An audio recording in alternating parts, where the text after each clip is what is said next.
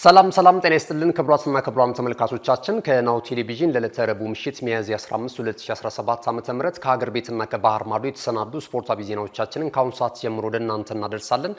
ከዜናዎቹ ጋር ገዛኸኝ ዱላ ቆይታ አድርጋለሁ። አብራችሁኑ ነው። የኢትዮጵያ መድን እግር ኳስ ክለብን ቀዳሚ ስፍራ ላይ ያስቀመጠው የኢትዮጵያ ፕሪሚየር ሊግ 2017 ዓ.ም የውድድር ዘመን የ27ኛ ሳምንት መርሃ ግብር ጨዋታዎቹን ከሳምንት በኋላ ይዞ የሚመለስ ይሆናል። በሐዋሳ ሰው ሰራሽ ስቴዲየም እየተከናወነ የሚገኘው የኢትዮጵያ ፕሪሚየር ሊግ ጨዋታዎች ትላንትና የ26ኛ ሳምንት መርሃ ግብር ጨዋታዎች ተከናውነው ተጠናቋል። ከአንድ ሳምንት ረፍት በኋላ ሊጉ በ28ኛ ሳምንት መርሃ ግብር ጅማሮን ሲያደርግ ደግሞ ቀን 9 ሰዓት ላይ ሱልሽረ ከወላይታ ዲቻ፣ አዳማ ከተማ ከአዲግራት ጋር እንዲሁም ደግሞ ኢትዮጵያ ቡና ከድሬዳዋ ከተማ፣ ፋሲል ከተማ ከሀዲያ ሆሳዕና፣ መቀሌ ሰባ እንደርታ ከቅዱስ ጊዮርጊስ እግር ኳስ ክለብ፣ ባህር ዳር ከተማ ከኢትዮ ኤሌክትሪክ ጋር፣ ኢትዮጵያ ንግድ ባንክ እንደዚሁ ከመቻል ጋር የሚያደርጓቸው ጨዋታዎች ይጠበቃሉ።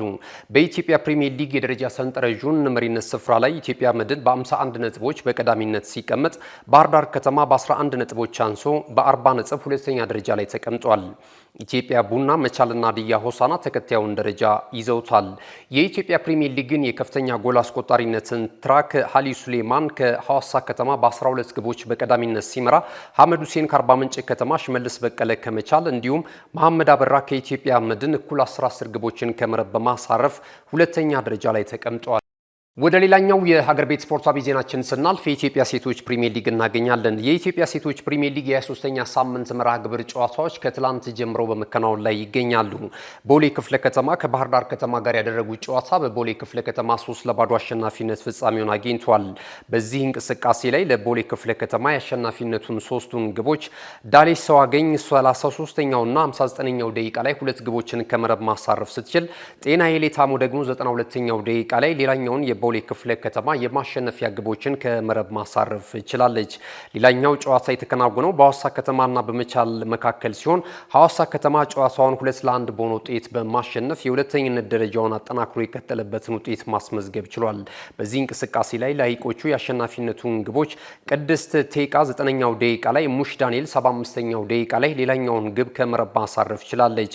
በቀጣዩም ቀን የፕሪሚየር ሊጉ ጨዋታዎች እንደዚሁ ቀጥለው ሲከናወኑ ልደታ ክፍለ ከተማ ከአዳማ ከተማ፣ አርባ ምንጭ ከተማ ከኢትዮ ኤሌክትሪክ ጋር ጨዋታቸውን ያደርጋሉ። መውረዱን ያረጋገጠው አንበሪቾ ከተማ ከኢትዮጵያ ንግድ ባንክ ጋራ ቀን 10 ሰዓት ላይ የሚያደርጉትም ጨዋታ ይጠበቃል። የሊጉን የደረጃ ሰንጠረዥ ኢትዮጵያ ንግድ ባንክ በ52 ነጥቦች በቀዳሚነት ሲመራ፣ ሐዋሳ ከተማ በ47 ነጥብ ሁለተኛ ደረጃ ላይ ተቀምጧል። ሲዳማ ቡና በበኩሉ በ41 ነጥቦች ሶስተኛ ደረጃ ላይ ይገኛል። ካሽጎ በየትኛውም ዓለም ሆነው በማንኛውም ሰዓት ለወገኑ የሚደርሱበት ፈጣን የገንዘብ መላኪያ ተከፈተሎ። ማስተርና ቪዛ ካርዶን በመጠቀም ከ5 እስከ 20 ዶላር የሚልኩበት አዲስ የገንዘብ መላኪያ መንገድ። ካሽጎን ለየት የሚያደርገው የትኛውም የገንዘብ ዝውውር በፍጥነት አገልግሎት ከመስጠቱም ባሻገር ለማንኛውም አገልግሎት ምንም አይነት ክፍያ አለመጠየቁ ነው። በሀገራችን ታሪክ ገንዘብን ከውጪ ወደ ሀገር ቤት በማስተላለፍ በመተግበሪያ መልክ አገልግሎት መስጠት የጀመረው የመጀመሪያው ሀገር በቀል የገንዘብ መላኪያ ዘዴ ካሽጎ ከ4500 በላይ ባሉ የባንክ ቅርንጫፎች አገልግሎት እየሰጠ ይገኛል። ገንዘቦን በሰኮንዶች ልዩነት ውስጥ ይፈልጉ በአካውንቶ ወይንም በእጆ ቆጥረው የሚወስዱበት ልዩ ዘዴ። በቅርቡ ሁሉንም ኢትዮጵያዊ ባለቤት ለማድረግ ጉዞ የጀመረው ካሽጎ ዛሬውኑ መተግበሪያውን በስልኮ ላይ በመጫን የአገልግሎቱ ተጠቃሚ ሆኑ። ፍጥነት መለያችን፣ ኢትዮጵያን መክፈቻችን፣ ካሽጎ ነው መላኪያችን። ካሽጎ የአዲሱ ትውልድ ብራንድ። ውድ ተመልካቾቻችን ዜናዎቻችን ከናሁ ቴሌቪዥን እንደቀጠሉ ናቸው። ቀደም ሲል የሀገር ቤት ስፖርታዊ ዜናዎችን ወደ እናንተ አደረስን። ከዚህ ሰዓት ጀምረን ደግሞ ከባህር ማዶ የተለያዩ የብሬ ምንጮች ያገኘናቸውን ስፖርታዊ መረጃዎችን ወደ እናንተ የምናደርስ ነው የሚሆነው። ቀዳሚም የምናደርገው የእንግሊዝ ፕሪሚየር ሊግ ነው። የተወዳጁ የእንግሊዝ ፕሪሚየር ሊግ የ2024-25 የውድድር ዘመን የ34ኛ ሳምንት መርሃ ግብር ጨዋታዎች ከትላንት ጀምሮ በመከናወን ላይ ይገኛሉ። ዛሬ ምሽትም አንድ ተጠባቂ ጨዋታ በለንደን ደርቢ የሚከናወን ሲሆን ሁለተኛ ደረጃ ላይ የሚገኘው የሰሜን ለንደኑ ክለብ አርሰናል በሜዳው ኤምሬትስ የደቡብ ለንደኑ ክለብ ክሪስታል ፓላስን የሚያስተናግድበት ጨዋታ ይጠበቃል።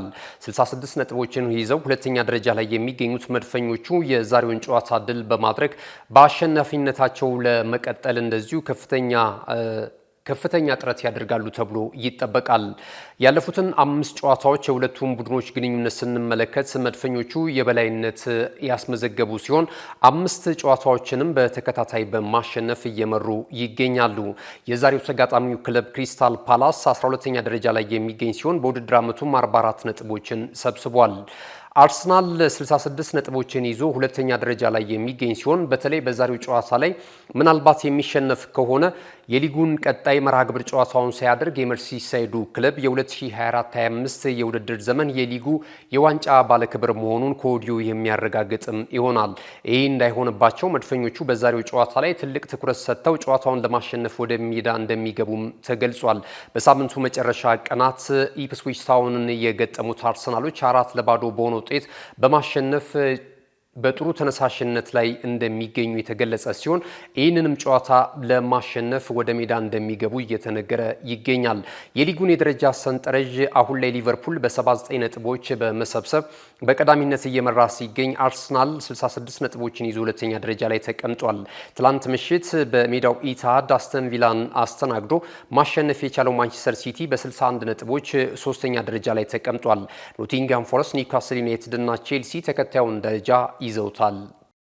ወደ ስፔን ላሊጋ ጨዋታዎች አልፈናል። የስፔን ላሊጋ የ33ኛ ሳምንት መርሃ ግብር ጨዋታዎች በትላንትናው ዕለት መከናወን ጀምረዋል። ትላንት የሊጉ መሪ ክለብ ባርሴሎና እንደዚሁ ጨዋታውን ድል በማድረግ መሪነቱን ያጠናከረበትን ውጤት ማስመዝገቡም የሚታወስ ነው።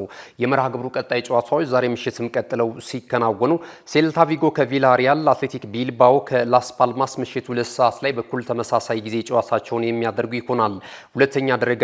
ሁለተኛ ደረጃ ላይ የሚገኘው የአሰልጣኝ ካርሎ አንቸሎቲ ቡድን ሪያል ማድሪድ ከሜዳው ውጪ ተጉዞ ኤታፌን የሚገጥምበት ጨዋታ ምሽት 4 ሰዓት ከ30 ላይ ዛሬ የሚከናወን ይሆናል። ነገ ኦሳሶና ከሴቪያ፣ ሌጋኔስ ከጂሮና፣ አትሌቲኮ ማድሪድ ከራዮ ቫልካኖ ምሽት 4 ሰዓት ከ30 ላይ ጨዋታቸውን ሲያደርጉ ከፍተኛ ፍክክር ሊያስመለክት እንደሚችል ቅድመ ግምት የተሰጠው የሪያል ቤቲስና ሪያል ቫላዶሊ ጨዋታ ምሽት 4 ሰዓት ላይ የሚከናወን ይሆናል። የላሊጋውን የደረጃ ሰንጠረዥ ባርሴሎና 76 ነጥቦችን ሰብስቦ ቀዳሚነት ሲመራ ሪያል ማድሪድ ሁለተኛ ደረጃ ላይ ተቀምጧል። አትሌቲኮ ማድሪድ እና አትሌቲኮ ቢልባኦ ተከታዩን ደረጃ ይዘውታል። ወሳኝ ምዕራፍ ላይ የደረሰው የኮፓ ኢታሊያ የግማሽ ፍጻሜ የመልስ ጨዋታ ዛሬና ነገ ምሽት የሚከናወን ይሆናል። ሁለቱን የሚላን ተወካይ ከተሞችን የሚያገናኘው የኤስ ሚላን እና የኢንተር ሚላን ጨዋታ ዛሬ ምሽት ሳንሴሮ ላይ ምሽት 4 ሰዓት ላይ የሚደረግ ይሆናል። ይህ ጨዋታ አስቀድሞ የመጀመሪያው ዙር ጨዋታ አንዳቻ መጠናቀቁን ተከትሎ የዛሬ ምሽቱን ጨዋታ የበለጠ እንዲጠበቅ አድርጎታል። በአጠቃላይ በዚህ የውድድር መድረክ ላይ ኢንተር ሚላን 9 ጊዜ በማንሳት 3ኛ ደረጃ ላይ የሚገኝ ሲሆን እንደዚሁ ደግሞ ተጋጣሚው ክለብ ኤስ ሚላን 5 ጊዜ የመድረኩን የዋንጫ ክብር ማሳካት ችሏል። ዛሬ ምሽት የሚያደርጉት እንቅስቃሴም ከፍተኛ ፍክክር ሊኖረው እንደሚችል እየተገመተ ይገኛል።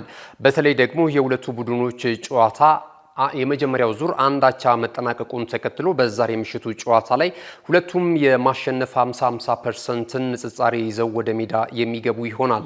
ሳንሴሮ ላይ በሚደረገው ጨዋታ የበለጠ የአሸናፊነት ግምት የሴሪያውን የደረጃ ሰንጠረዥ በቀዳሚነት እየመራ የሚገኘው የአሰልጣኝ ሲሞኔ ኢንዛጊ ቡድን ኢንተር ሚላን ተረክቦ እየተመለከትን እንገኛለን።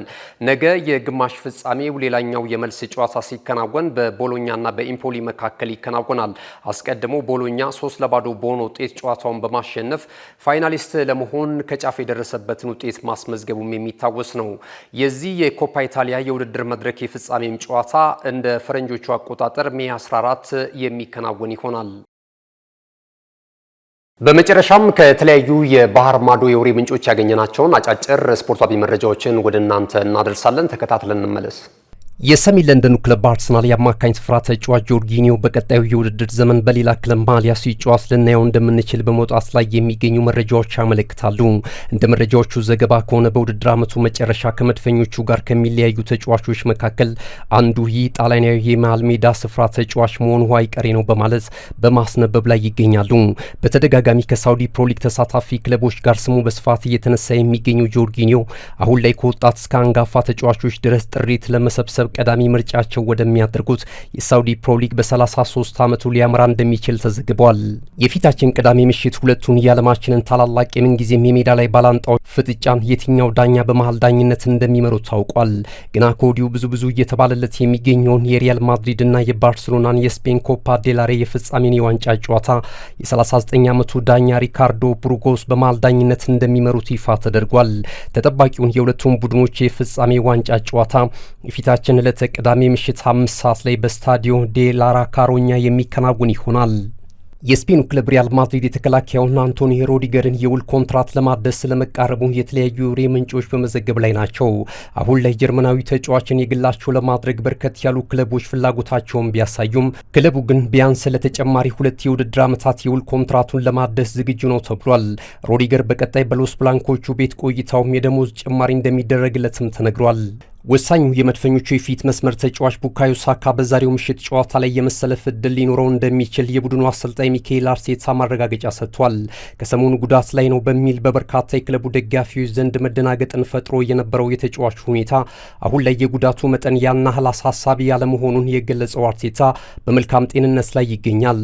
እንደ ጨዋታው አስፈላጊነት መጠንም የቡካዮ ሳካን ግልጋሎት ቡድኑ የሚያስፈልገው ሆኖ ካገኘ ነው አሰልፈ ነው ልናጫውተው እንችላለን ብሏል። አርሰናል በሊጉ የ34ኛ ሳምንት መርሃ ግብር ላይ ዛሬ ምሽት 4 ሰዓት በሜዳው ኤሚሬትስ በለንደን ደርቢ ክሪስታል ፓላስን የሚያስተናግድ ይሆናል። ክቡራትና ክቡራን ተመልካቾቻችን ከናሁ ቴሌቪዥን ለዕለተ ማክሰኞ ምሽት ሚያዝያ 14 2017 ዓ.ም ከሀገር ቤትና ከባህር ማዶ የተሰናዱ ስፖርታዊ ዜናዎቻችን ይህንን ይመስሉ ነበር። ስለተከታተላችሁ እናመሰግናለን። ዜናዎቹን ወደ እናንተ በማድረስ ገዛኸኝ ዱላ ቆይታ አድርጌያለሁ። ቀሪ ናሁ ቴሌቪዥን መሰናዶች የሚቀጥሉ ይሆናል። በያላችሁበት መልካም ጊዜ ይሁንላችሁ። እነሆ የምስራች